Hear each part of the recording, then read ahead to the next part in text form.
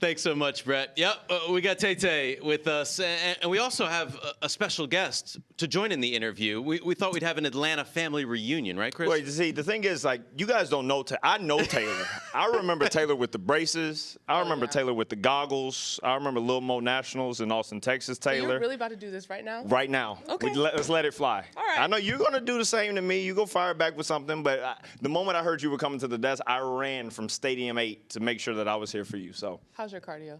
It's not that good anymore. It was never the best, never my strong suit, but it certainly isn't what it used to be. Thank you for running over here, friend. You're welcome. 11 wins in 10 days. Yeah. Let her cook, right? I mean, like, you've been doing and the travel. Like, how did you get here from there and the final and back to qualies? Whew. Take us through the whole process. Yeah, I mean, I was like, I want a ton of matches, and ton of matches I got, and I'm getting but I'm grateful. I mean, was able to accomplish something I never had.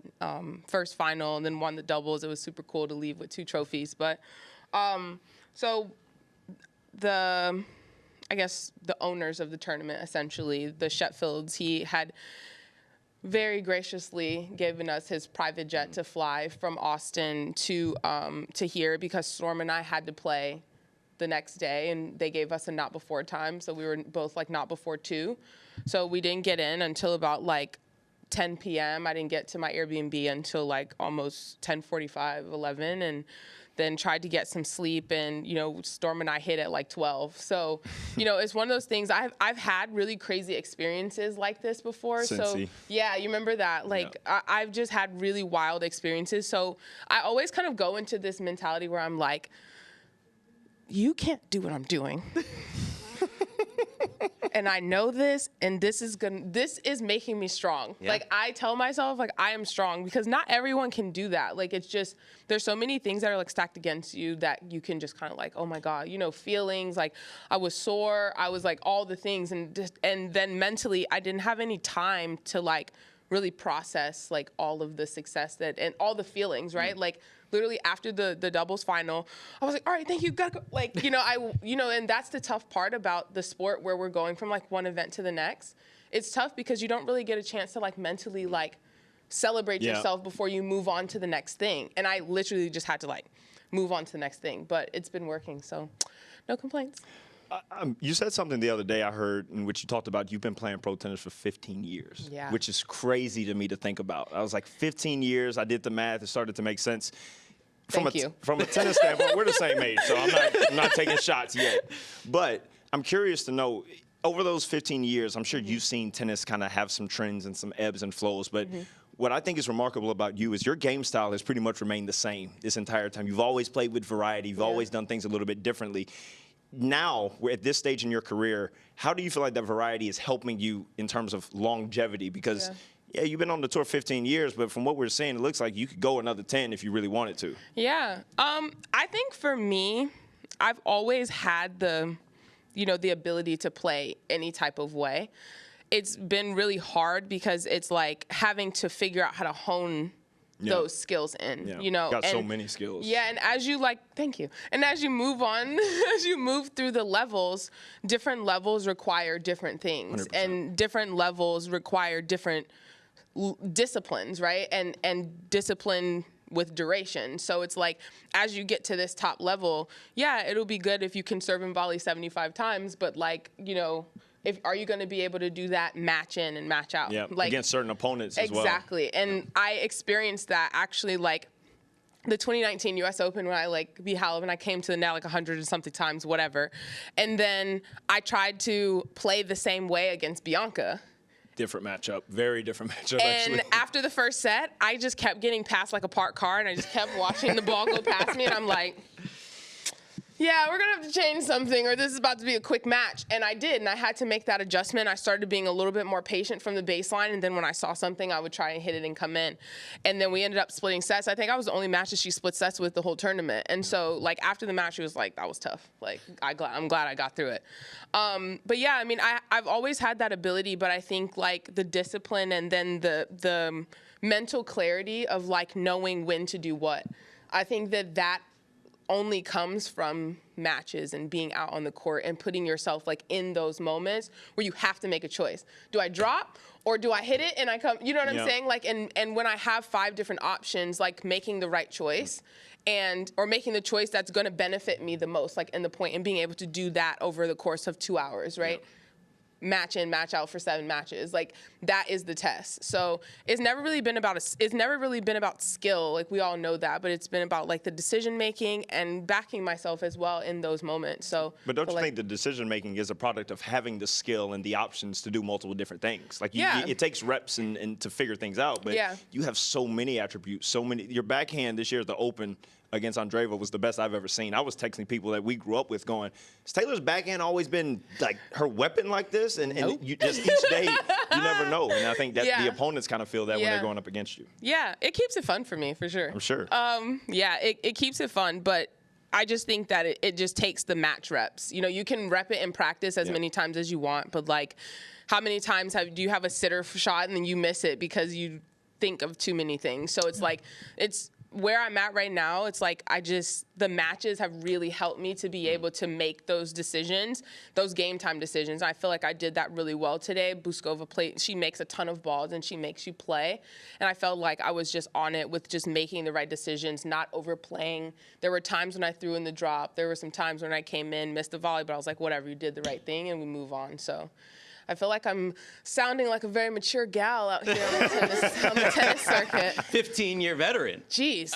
Which is wild, It's but you are making crazy. the right decisions. And I love how you said, Taylor, nobody can do this, what I'm doing. And listen, you're kind of, I mean, you had AJ, your son, coaching you in Austin. He's a great coach. But who is on Team Townsend right now? Woo. There's a lot of people not on Team Townsend, let me tell you that. Chris and I are on Team Townsend. Period. You're back on my always team? on I don't want no when you problem finally with text me back, I'll be back. You know what? As soon as I get my phone back, I'm going to send you the sweetest message. But no, there are a lot of people that, were removed, but I actually said during Austin, I am working with someone I'm kind of in a trial period with a new coach, but I also said that, like, it's not that I'm keeping it a secret, but I want to do it my way in terms of announcing like our partnership and when we decide to like make it public, like I want to do it my way. And that's why, like, even talking about the split with my old coach, I didn't say anything because I want to do it my way, so it's not that typical Instagram post, nah, we're not doing that. So it's gonna be good. It's gonna be my way, and it's gonna be something that is true to me. But you guys know, like, I keep it 100. Like, I tell the truth and I keep it honest about like the things that are going on. And with tennis, it's part of it. With any sport, with any athletics, people come, people go. But I'm trying to remain the same person and learn from the experiences and to become a better player. And that's kind of like how I'm using this past, 6 months, 4 months, 3 months, 2 months, however many months. I honestly don't even know what day it is. I'm gonna be real with y'all. Today's Thursday. Day 2 of the tournament. Yeah, you lose track of time when you get here. Big time. You really haven't had a day off. No, I haven't. And you're playing doubles tomorrow. I don't know when your next day off is. Listen, I don't need one. I'm gonna keep going. One thing, you talk about the match reps. Do you think the match reps, even on the doubles court, helps with things like you talk about crush and rush on the second serve return or hitting your spot on the serve, first volleys? Do you find that the doubles reps also helps, even if you're not playing as much on the singles court, to kind of help with the shot making and the decisions you make? Well, one thing is like, I feel a lot of honor and privilege to be able to like push the game of doubles forward. Like I am taking that, and I have taken it, and I'm like wearing that crown very proudly because I feel like there's not enough respect that goes into the game. It's a completely different skill set.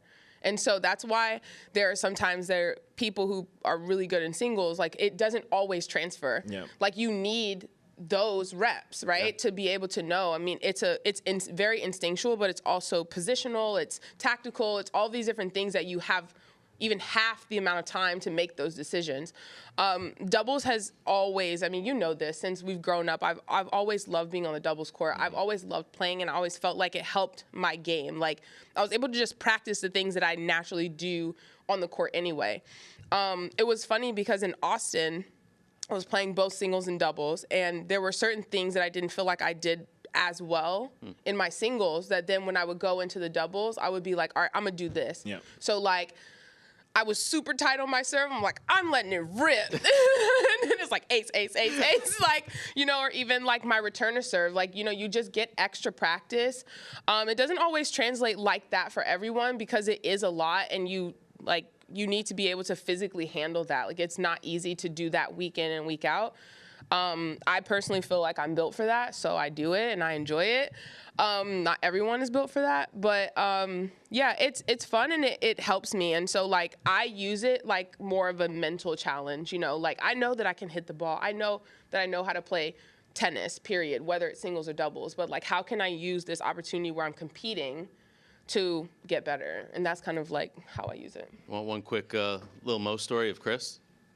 Since he brought out the bracelets and the glasses. We got to wrap, don't we? Chris used to have a red afro. Okay, all right. Chris used to have a red afro that looked like he had It was nice to have you. Thank you. Best of luck tomorrow in doubles. Can't wait to see you back. All of that, it was way bigger. Love you, Taylor. Thank you so much for joining us. Thank you, Taylor. Well done. Keep up the great work. Steve, I'm about to text you.